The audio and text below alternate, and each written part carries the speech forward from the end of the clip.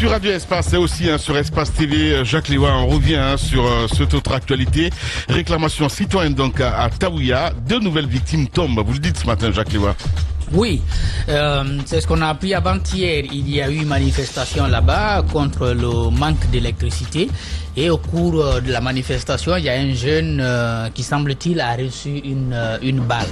Et le lendemain, donc c'était hier, les jeunes sont encore sortis massivement, cette fois-ci pour dénoncer ce meurtre qui n'est pas le premier lié aux manifestations contre le délestage à Conakry, mais également à l'intérieur du pays.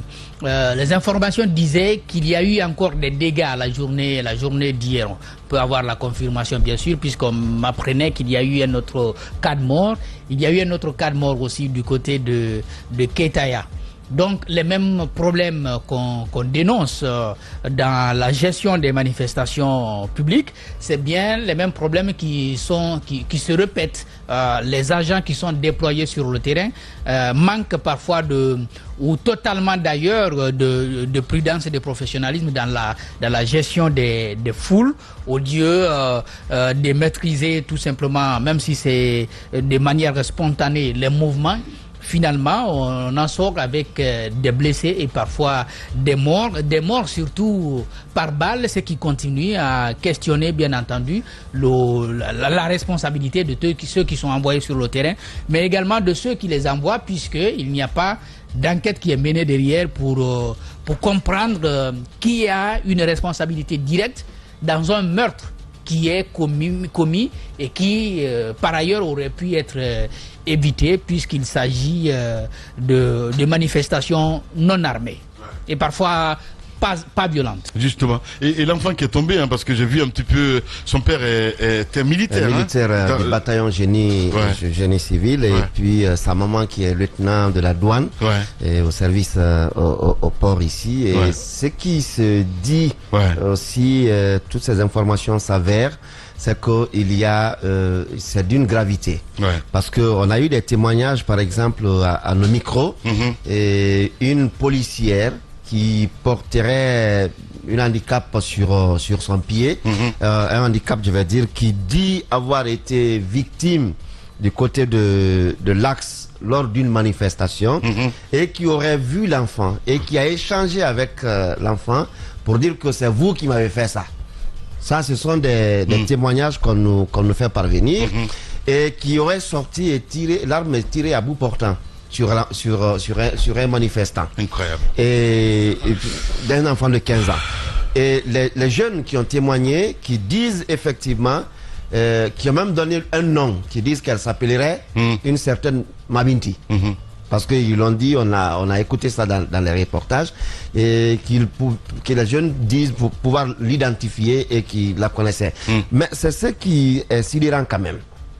Et il y a eu, la veille, il y a eu le transport qui était déjà en panne depuis 2 semaines, je crois.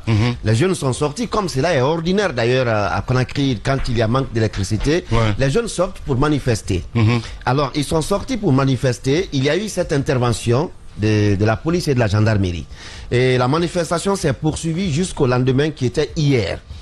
Et ils ne demandaient que le rétablissement ou la réparation de leur transformateur. Et à savoir que la manifestation arrive à dégénérer jusqu'à avoir 3 morts, c'est quand même à se questionner. Justement. Sur mais c'est pas une première, de toute façon. C'est pas une première. Voilà. Mais c'est à cela qu'on nous sommes amenés à se questionner sur aujourd'hui les motivations réelles derrière ces pertes en vie humaine par balle dans les manifestations pour la réclamation du courant électrique dans les quartiers. Parce qu'on ne peut pas comprendre que la gendarmerie vienne en maintien d'ordre, que la police vienne en maintien d'ordre, alors qu'il nous a toujours été dit les gens viennent en maintien d'ordre sans armes létales. Mais on n'arrive jamais à nous dire qui tire sur les manifestants. Parce que ceux qui sont quand même, ceux qui tombent, reçoivent des balles. Mais bien sûr. Voilà l'autre cas de Ketaya. Sa maman devait même prendre la parole pour nous expliquer un peu. On a des images qui sont insoutenables. J'ai essayé plus de 4 fois ce matin pour parler avec sa maman, mais elle ne peut pas. Tant qu'elle décroche le téléphone, elle ne fait que pleurer. J'imagine. Ça pleure à la maison. La douleur. Et ce n'est pas, pour Ketaya, ce n'est pas un enfant aussi de 15 ans. Ouais. Il a 20 ans. Et déjà, il est candidat au bac. Et déjà, comme vous le savez, le plus souvent, les familles de cette situation, ce sont les enfants qui se débrouillent parfois pour soutenir les mamans, les vieilles à la maison. Le petit de 15 ans de Taouya, dont le papa est militaire, aujourd'hui, la mère douanière, aujourd'hui, le papa ne tient plus. Physiquement, il ne tient plus. Et il a dit en larmes que c'est le petit qui lui servait de guide. Incroyable. Quand le petit quitte l'école, et partout où lui il veut aller, c'est le petit qui le tient pour le faire marcher afin d'aller à ses rendez-vous. Aujourd'hui, si le petit constituait sa canne n'existe plus. Donc il ne peut plus quitter de la maison. Imaginez un peu un militaire qui voit son enfant tué de la sorte. Ouais. C'est une question aujourd'hui qu'il faut se poser sur c'est quoi la motivation aujourd'hui des tueries à la moindre manifestation. Quel message on envoie? Justement. Qu'est-ce qu'on veut dire au peuple de Guinée? Vous n'avez plus droit. Vous n'avez plus droit à manifester. Quel que soit ce qu'on vous inflige, vous devez vous résigner. Vous ne devez rien dire. Et lorsque vous parlez, on vous tue. Je le disais la dernière fois dans ce studio. Aujourd'hui, la règle, c'est quoi? Vous manifestez, on tue 1, 2, 3 personnes. On va voir si vous allez continuer ou pas. Et ce message, je ne crois pas qu'il soit le bon aujourd'hui dans notre pays. Il faut que lorsqu'il s'agit d'une manifestation, que la manifestation soit encadrée. Ces manifestations spontanées, il faut venir avec les matraques et autres pour maintenir l'ordre, que de venir des jeunes qui n'ont que des pierres à jeter, et que de venir avec les armes létales pour venir encore assister à d'autres morts. Moi, je crois qu'aujourd'hui, le message qui est renvoyé, il n'est pas bon. Bien, allez-y, mon cher Roby, ça t'inspire quoi, tout ça? Non, mais c'est l'habitude de nos forces de l'ordre aujourd'hui de mater les armes des manifestations, et que ces manifestations aient pour conséquence des morts. Daouda se pose des questions extrêmement légitimes. Est-ce que nos forces de l'ordre vont encadrer des manifestations en y amenant des armes létales? Oui, malheureusement oui, c'est ce que nous constatons, parce que nous constatons qu'il y a des morts à chaque fois. Les morts ne peuvent pas tomber du ciel. Du tout. C'est impossible. Et on ne peut pas me dire que les jeunes qui se regroupent pour aller manifester s'entretuent entre eux-mêmes. Bon, on a eu des versions comme ça. Ça, c'était des manifestations de plus grande ampleur et politique. Mais là, ce sont des manifestations que moi je qualifierais de manifestations à caractère social. Spontané, ouais. Non seulement spontané, social, parce que c'est de la réclamation sociale, d'électricité, le manque d'électricité, le délestage. Et normalement, ça ne devrait pas aboutir à des conséquences aussi dramatiques, malheureusement. Parce que ça devrait plutôt interpeller les autorités, ça devait leur tomber dans les oreilles qu'il y a un problème à résoudre. Il y a un problème à résoudre, c'est le déficit d'électricité. Et la population est en droit de réclamer cela, parce qu'il est de la responsabilité de l'État de leur fournir ce service. Exact. Et que la réclamation de ce service ne doit pas avoir pour conséquence des tueries ou des morts. Même pas des violences. D'accord? Nous étions en train d'en parler tout à l'heure là. Les raisons sont de plusieurs ordres, c'est vrai. Les responsabilités sont de plusieurs ordres, c'est vrai. Mais les responsabilités les plus grandes sont celles de l'État. Parce que c'est un bien les services que l'État doit fournir aux populations. Maintenant, si on est arrivé à un moment où il y a des difficultés de fourniture de ces services, il faut que la vérité soit dite. Moi, je ne voudrais pas seulement qu'on s'arrête à dire aux gens que nous sommes dans une période d'étiage. En fait, c'est le code. C'est le langage code du ministère aujourd'hui, au DEDG, période d'étiage, période d'étiage, période d'étiage. D'accord, période d'étiage, oui, mais est-ce que c'est la seule raison? Ce n'est pas la seule année où on a eu une période d'étiage en Guinée, quand même. Ce n'est pas la seule année. Et qu'est-ce qui nous a conduit à ce qu'il y ait de l'étiage? C'est bien évidemment le sujet de l'environnement. Tamba, once again, je reviens dessus. Once again. Yeah, you're right. Merci. C'est encore le sujet de l'environnement. Et donc, il y a des problèmes à résoudre en amont. Ce n'est pas seulement que le thermique sur lequel l'État doit s'asseoir aujourd'hui. Je pense que les projets beaucoup plus ambitieux dans le domaine de l'électrification doivent être développés. Récemment, je discutais avec un cadre du ministère de l'Énergie qui me disait qu'il y a beaucoup d'investisseurs qui sont venus ici avec des projets béton, des projets solides, des projets qui auraient pu résoudre le problème de l'électricité en Guinée, qui sont nonobstant des solutions, comment je vais dire, des solutions politiques. Hein, comme le font le gouvernement pour les besoins de communication. Nous, avec l'ancien gouvernement, c'est les barrages, parce que à l'approche des élections, il faut bien vendre le mirage aux populations et on construit ces barrages. Ces barrages ne sont pas construits dans les normes. Les capacités qui nous sont dites ne sont pas les capacités qui sont déployées sur le terrain. Les conditions d'octroi de ces contrats ne sont pas les conditions dans les communications en direction de la population. Donc il y a beaucoup de facteurs qui font qu'aujourd'hui le problème de l'électricité en Guinée ne peut pas être résolu parce qu'il y a eu beaucoup de mensonges, il y a eu beaucoup de non-dits, il y a eu beaucoup de ce qui a été dit et qui n'a pas été fait. C'est ça le problème. Donc il faut diversifier, il faut aller vers le solaire. Cancan est une zone, la Haute-Guinée est une zone propice, très propice pour cela. Et aujourd'hui, ce sont des projets qui ne coûtent pas cher. Ouais. Et à cause, comme le disait Mohamed Mara, à cause de l'enjeu climatique, à cause de l'enjeu environnemental aujourd'hui, ce sont les domaines dans lesquels, à l'international, vous décrochez facilement du financement parce que les gens sont préoccupés. Ouais. Mais avoir la gâchette facile de ce genre, mon cher ami... J'explique d'abord... Je veux d'abord expliquer... Je comprends très bien la pédagogie. La pédagogie avant bien. de... Les grandes gueules. Du côté de la Moyenne-Guinée, l'éolienne aujourd'hui, avec les montagnes et autres, là, c'est possible.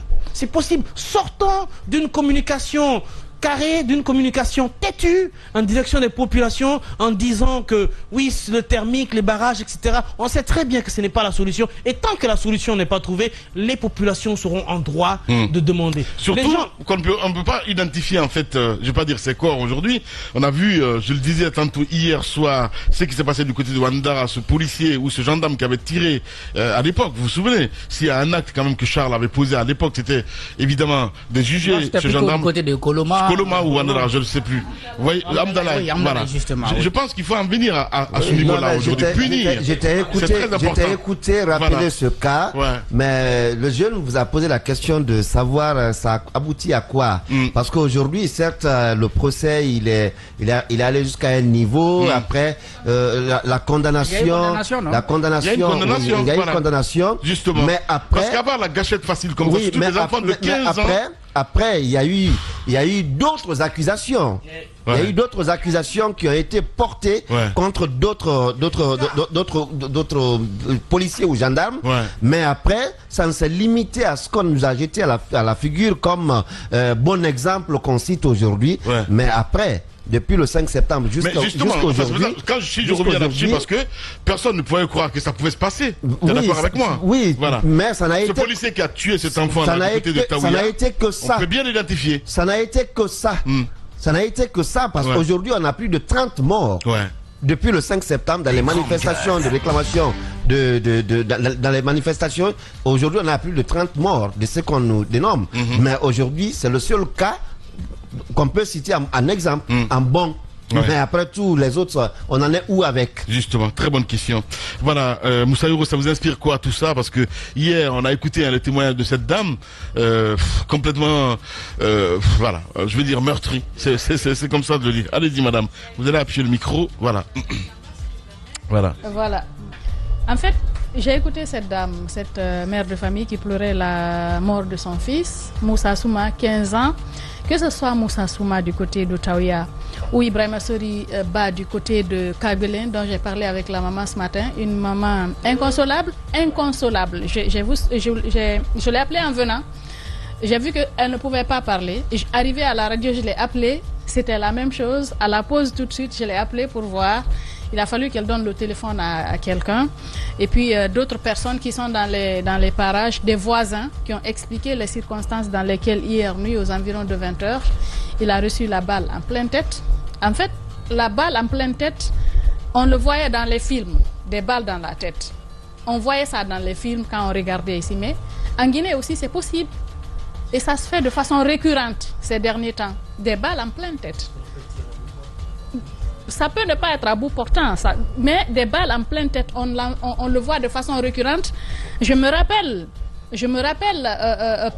pendant le combat contre le 3e mandat, une dame qui m'appelait du côté de Bambeto en larmes, en criant « Aidez-nous, parce que ceux qui tirent là, ils visent les jeunes en pleine tête. » Mais c'est quoi la différence entre ce qui se passait à l'époque et ce qui se passe maintenant?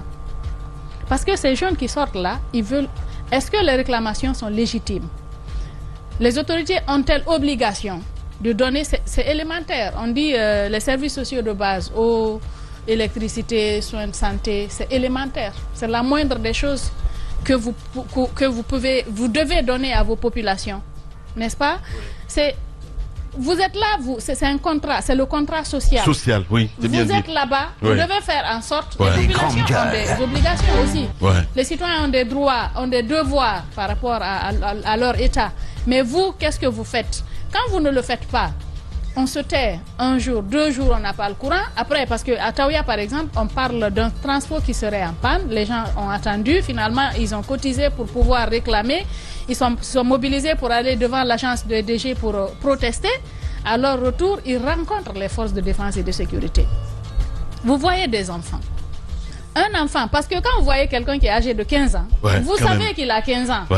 Vous ne pouvez pas, que ce soit quelqu'un qui est âgé de 15 ans, ou ce jeune homme qui fait le bac du côté de Kagbele Ibrahima Sori, qui a 20 ans, ou un vieux, qui qu'il soit, la vie humaine, est sacrée. C'est sacré, madame. Le droit à la vie, c'est dans les textes de loi, c'est dans l'article 1er de la Déclaration universelle des droits de l'homme. C'est dans les constitutions, un peu partout. La vie humaine est sacrée. Pourquoi on dit qu'elle est sacrée? Quand vous l'arrachez, c'est fini. Ben bien. C'est quelqu'un qui avait des objectifs, des ambitions, qui avait des choses à faire, qui aidait, qui avait des rêves. La maman qui est inconsolable. Vous avez vu ce garçon? Une balle en pleine tête. C'est dommage. C'est dommage. Je pense que ce pays-là, c'est-à-dire que ça, c'est pour qu'il n'ait aucune chance de s'en sortir. Vous savez, les gens sont formés pour ça. Ils connaissent les parties vitales. Ils savent que quand je te touche à cet endroit, tu ne t'en sortiras pas. Il y en a qui, même en période de guerre, pour affaiblir l'ennemi, il y en a qui notent pas la vie, qui touchent une partie pour l'affaiblir et pouvoir passer. Mais vous, c'est votre citoyen là. C'est ce citoyen, sa maman, elle vend au marché, elle paye les taxes. Ce sont ces taxes-là, c'est l'argent là qu'on mobilise pour que vous portiez vos tenues, pour qu'on achète les armes et tout ce qu'il faut.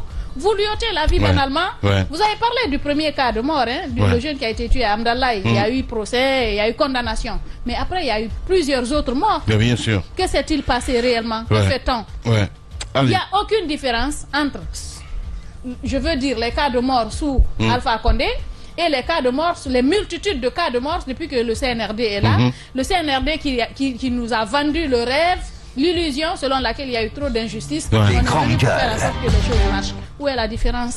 Aucune. Dommage. C'est des mères de famille qui sont en train de pleurer aujourd'hui encore. Voilà. Mon cher Tamba, ce qui est aussi peut-être regrettable, c'est la non-communication, j'ai envie de dire, du ministère de la Sécurité. C'est très important quand il y a des situations comme ça qui se présentent, au moins que l'État puisse s'exprimer. Est-ce que peut-être le département en charge de la sécurité, j'ai envie de dire.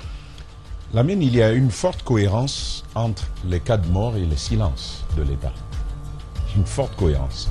Moi, je n'attends pas de communication de leur part. Je n'en attends plus. Je n'en attends plus parce que le message des réclamations, c'est pourquoi on parle de réclamation. On ne parle même pas en particulier de manifestation. Il s'agit d'une réclamation. Il y a... En fait, ce qui est... Je ne sais pas si le CNRD est en train de comprendre. Entre Alpha Condé et nous, il y avait un contrat. Entre le CNRD et nous, il n'y a pas de contrat. Il n'y a pas de contrat. Les Guinéens ont adhéré à l'idée d'une transition en vertu des engagements qui ont été pris par le CNRD, mais surtout en vertu du fait que la gouvernance d'Alpha Condé devenait insoutenable. C'est ce qui a fait que les Guinéens, dans leur grande majorité, y compris à l'intérieur des partis politiques, ils ont adhéré. Vous avez vu le président Selou qui disait à Alpha Condé, j'ai mieux fait qu'acclamer, j'ai dansé ta chute. Un peu pour vous dire à quel point tout le monde était d'accord pour aller. Mais il n'y a pas de contrat. Il n'y a pas de contrat, il n'y a pas de convention entre le CNRD et le peuple de Guinée. À la base, c'est un pouvoir qui est arrivé par effraction, qui s'est imposé à nous. Aujourd'hui, c'est là qu'on est. Certes, au départ, on y avait adhéré, mais ce n'est pas qu'on a sollicité du CNRD de prendre le pouvoir et de conduire la transition. En adhérant, on lui a dit, oui, nous saluons l'acte de prise de pouvoir parce que ce qui était sur nous devenait intenable. Nous espérons qu'avec toi, ça ira mieux. Ça ira mieux. Et d'ailleurs, les premiers engagements du président Doumbouya, c'était il n'y aura plus de morts. On évidemment. Ne tuera plus sur personne. On se souvient encore de ces déclarations. Vous avez vu les images où le président Doumbouya est allé sur le cimetière des victimes. Ce qu'on appelle les martyrs de la démocratie. Ouais. Le président y est allé avec ses hommes en armes. Il est allé s'épandre sur leur tombe.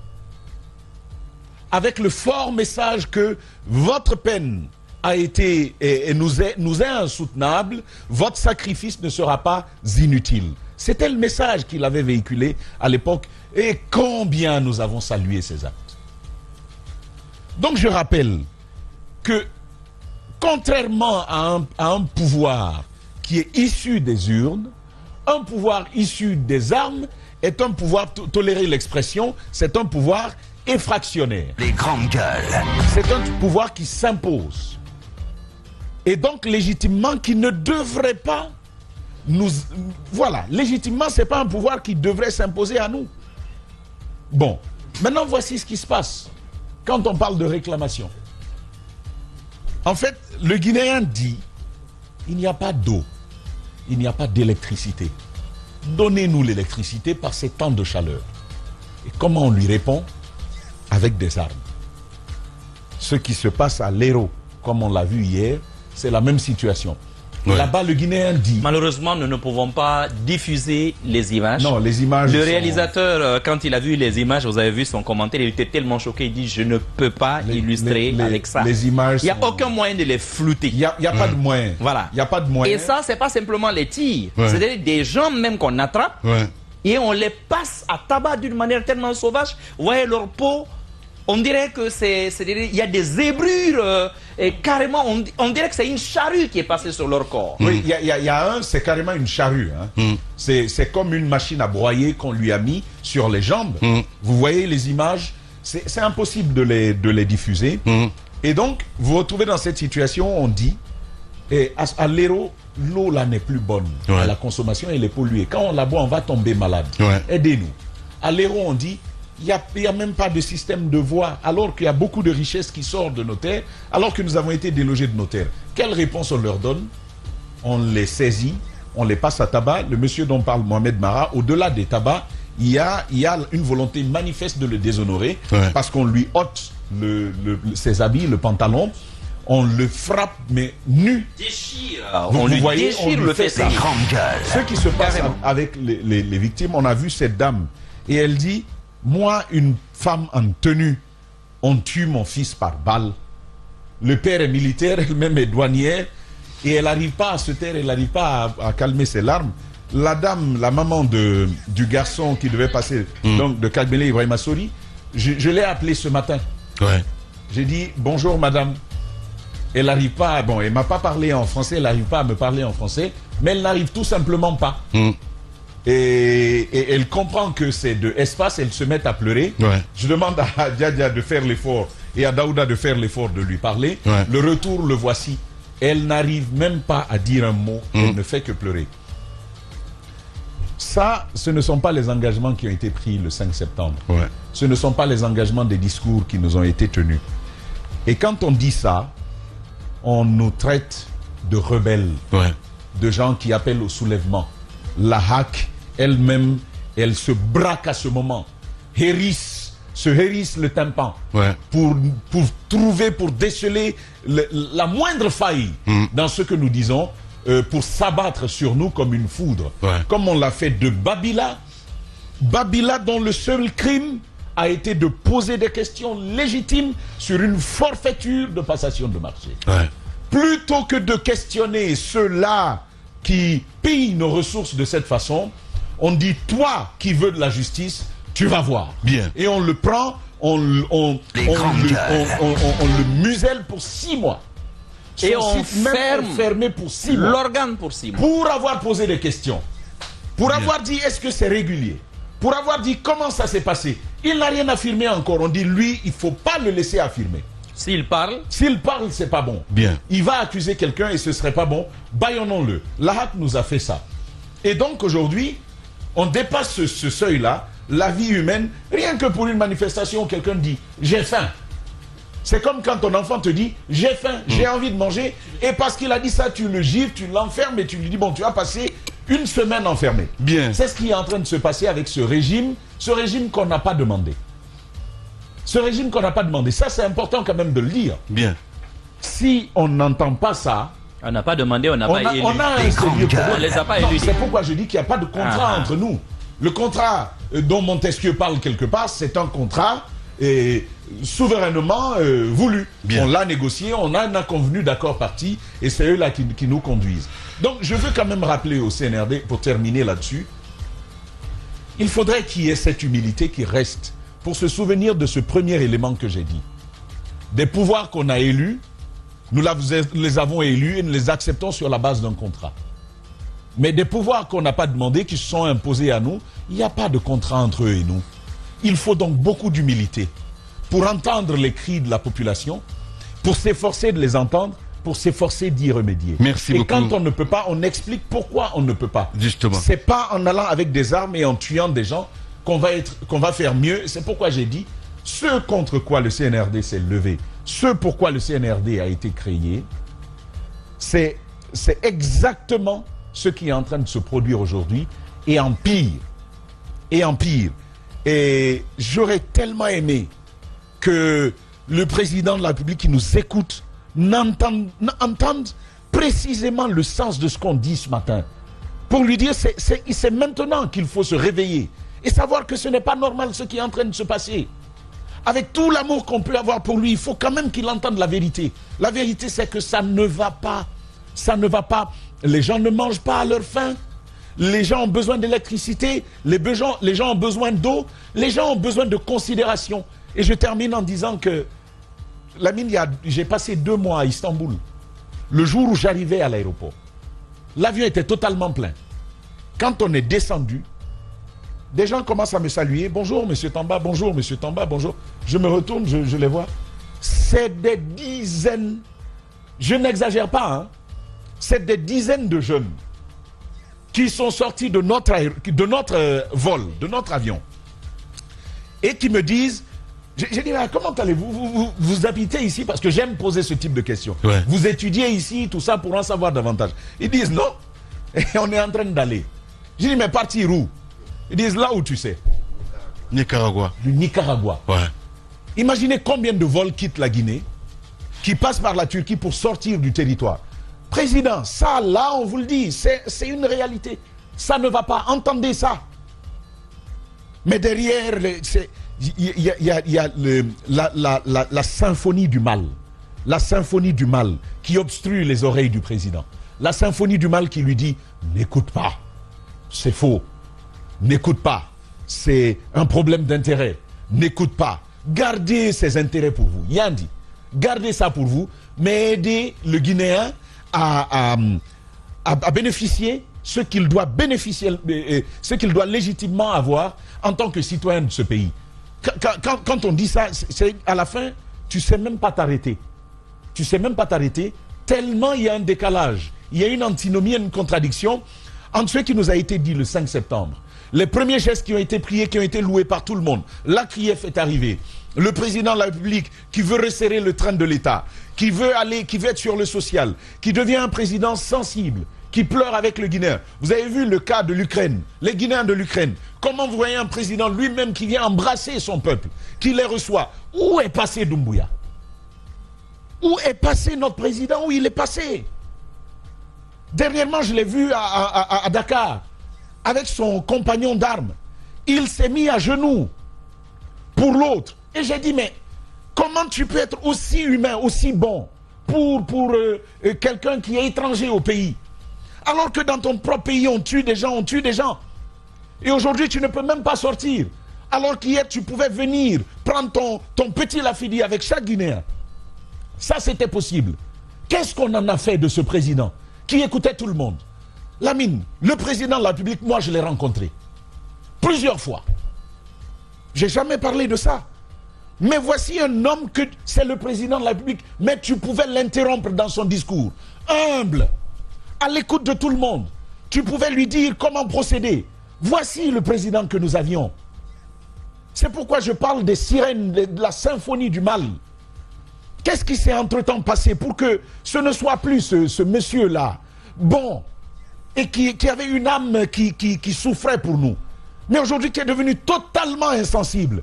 Les médias, ça fait plus de 500 employés. Derrière chaque employé, il y a une famille. En moyenne, 5 personnes par famille. Multipliez ça par 500. 2500 Guinéens qui se retrouvent à ne pas avoir un salaire, qui se retrouvent à ne pas manger. Certains couples vont se briser dans les médias, si ce n'est pas déjà le cas. Certains couples vont se briser. Certaines familles vont aller à la déconfiture. Parce qu'on continue à nous museler, à nous museler. Quand on dit ça, et les gens... C'est une situation. Bien, Tamba. Si on ne la dénonce pas, si on ne dit pas au président qu'il fait mal ce qu'il est en train de faire, et qu'il lui-même contredit tout ce qu'il nous a promis, ce dans quoi il s'est engagé, bien. Je ne sais pas ce qu'on peut dire à ce président. Merci beaucoup, Tamba. Le message est passé. Vous restez avec nous sur Espace. Le mur du jour. Le mur du jour avec notre Miss Eben qui nous rejoint évidemment dans cette émission ce matin. Aïssatou Sané, ma grande Sané, rebonjour. Voilà, allez, c'est bon. Bonjour Lamine. Voilà. Alors nous avons des sondages. Tamba a pris 28%, Jacques Lewa 2%, Ruby 23%, Mohamed Mara 32% et Dame Hiro 16%. Et là c'est pour le sondage de YouTube. Pour ce qui est de Twitter, Mohamed Para, qui est le mur du jour au fait. Ouais, c'est ça. Non, les GG du jour. Ouais. Mohamed Mara 53,6% sur Twitter, ouais. Jacques Lewa 3,6%, Damiero 21,4%, Tamba également 21,4%. Alors moi j'ai reçu sur le 657 39 13 13 6 murs. 6 murs. Pour Mara, ouais. 2 pour Ruby et 2 également pour Lamine. Ah ben ok. Voilà. Donc Mara est notre mur. Mara est le mur du jour, voilà.